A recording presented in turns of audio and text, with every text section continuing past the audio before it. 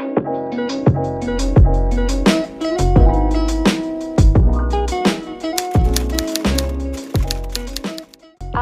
adalah segala sesuatu yang dianggap ada oleh manusia di dunia ini.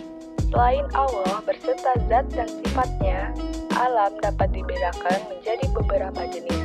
Di antaranya adalah alam gaib dan alam syahadah, yang dalam bahasa sehari-hari disebut juga sebagai alam semesta. Alam semesta merupakan ciptaan Allah yang diurus dengan kehendak dan perhatian Allah. Allah menciptakan alam semesta ini dengan susunan yang teratur dalam aspek biologi, fisika, kimia, dan geologi, beserta semua kaidah sains.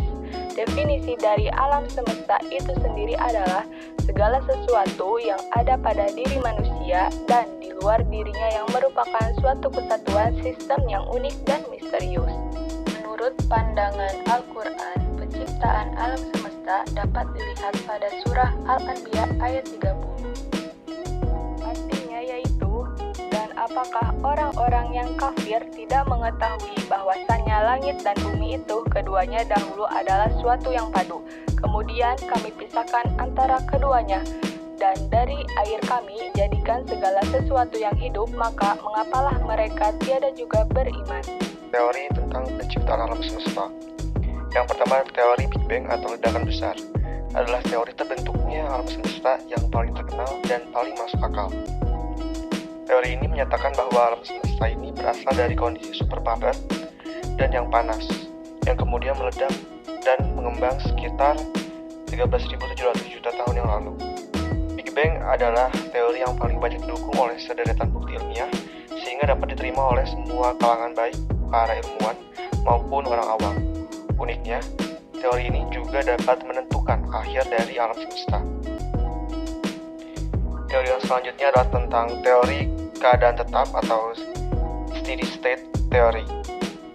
Teori ini dikemukakan oleh Fred Hoyle, Hermann Bondi, Thomas Gold di tahun 1948. Teori ini berdasarkan prinsip kosmologi sempurna yang menyatakan bahwa alam semesta dimanapun dan bagaimanapun selalu sama. Berdasarkan prinsip tersebutlah alam semesta terjadi pada suatu saat tertentu di mana yang telah lalu sampai sekarang. Segala sesuatu di alam semesta ini selalu tetap sama walaupun galaksi-galaksi saling bergerak menjauhi satu sama lain. Teori ini ditunjang oleh kenyataan bahwa galaksi baru mempunyai jumlah yang sebanding dengan galaksi lama. Dengan kata lain bahwa tiap-tiap galaksi yang terbentuk tumbuh menjadi tua dan akhirnya mati. Jadi teori ini beranggapan bahwa alam semesta tak terhingga besarnya dan tak terhingga tuanya, atau tanpa awal dan tanpa akhir.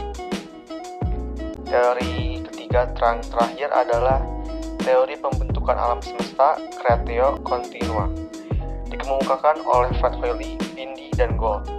Teori ini menyatakan bahwa saat diciptakan alam semesta ini tidak ada. Alam semesta ini selamanya ada dan akan tetap ada. Dalam semesta tidak pernah bermula dan tidak pernah berakhir. Teori tata surya yang pertama ada teori nebula.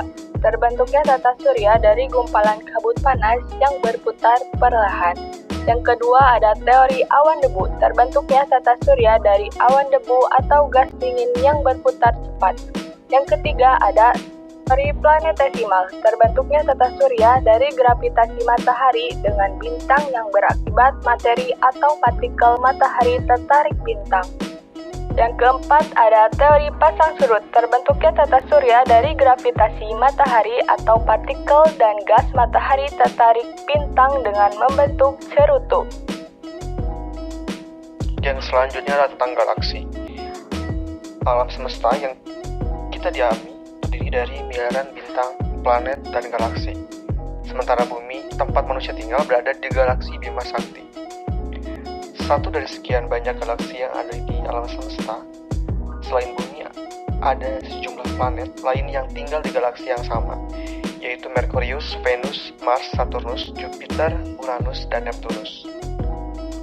Semua planet tersebut berputar mengelilingi bintang mega besar bernama matahari. Namun, tahukah kalian mengapa galaksi ini dinamakan galaksi Bima Sakti? Kepala Lembaga Penerbangan dan Antariksa Nasional atau LAPAN, Thomas Jamaluddin mengaku tak tahu secara pasti mengenai asal-usul penamaan Bima Sakti. Akan tetapi beberapa sumber mengatakan bahwa nama galaksi ini diambil dari tokoh pewayangan bernama Bima. Saya tidak tahu secara pasti asal-usulnya, tetapi kabarnya taburan ratusan miliar bintang yang disikan dengan selendangnya Bima Sakti. Kata Thomas kepada Kompas.com Sabtu 12 bulan 9 2020.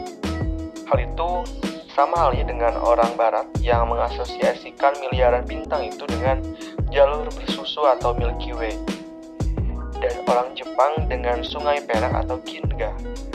Ia pun tak tahu sejak kapan istilah itu pertama kali digunakan untuk menyebut galaksi ini.